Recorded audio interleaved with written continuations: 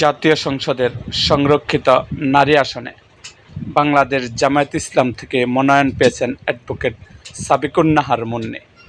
সাবিকুন নাহার মুন্নী বাংলাদেশ জামায়াত ইসলামের কেন্দ্রীয় মহিলা বিভাগের মানব সম্পদ, আইন ও মানবাধিকার বিষয়ক সেক্রেটারি, দলটির কেন্দ্রীয় নির্বাহী পরিষদ সদস্য এবং কেন্দ্রীয় প্রচার ও মিডিয়া বিভাগের সেক্রেটারি ও ময়মনসিংহ ৫ মুক্তাগাছা আসনে প্রতিদ্বন্দ্বিতা করা এমপি প্রার্থী মতিউর রহমান আকন্দের সহধর্মিণী অ্যাডভোকেট সাবিকুন নাহার মুন্নী।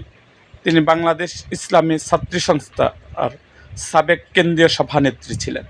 পরবর্তীতে জামায়াতের কেন্দ্রীয় মহিলা বিভাগের মানব সম্পদ, আইন ও মানবাধিকার বিষয়ক সেক্রেটারি নির্বাচিত হন।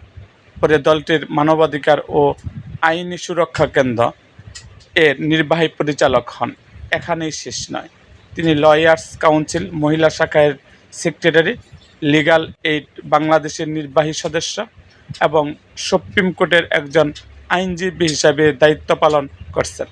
ময়মনসিংহ জেলা জামায়াতের নীতি নির্ধারী পর্যায়ের নেতাকর্মীদের দাবি, বিগত আওয়ামী লীগ শাসনামলে দলের দুর্দিনে বিশেষ অবদান রাখায় জামায়াত মনোনয়ন ভোট অ্যাডভোকেট মুন্নীতে আস্থা রেখেছেন এবং তাকে মনোনীত করেছেন।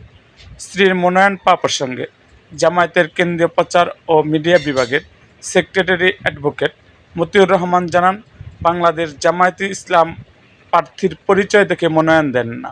জামায়াত সবসময় ত্যাগী ও যোগ্যতা সম্পন্নদের মূল্যায়ন করে। এবারও তার ব্যতিক্রম হয়নি। দল তাকে পরিশ্রমী, ত্যাগী ও যোগ্যতা সম্পন্ন মনে করেছে বলেই মনোনীত করেছেন। সাবিকুন নাহার মুন্নী বলেন, দল আমার উপর আস্থা রেখে আমাকে মনোনীত করেছে। আল্লাহ চাইলে সংরক্ষিত আসনের একজন সংসদ সদস্য হয়ে এদেশের অবহেলিত নারী সমাজকে এগিয়ে নিতে এবং সাধারণ মানুষের জন্য নিজের সর্বোচ্চ দিয়ে কাজ করার চেষ্টা করব। এরকম আরও ভিডিও পেতে এবং রাজনৈতিক অঙ্গনের নানা ঘটনা ও ইতিহাস জানতে আমাদের মুক্তাগাছার ইতিহাস মিডিয়া ইউটিউব চ্যানেলটিকে সাবস্ক্রাইব করুন এবং পাশে থাকা বেল আইকনটি বাজিয়ে দিন।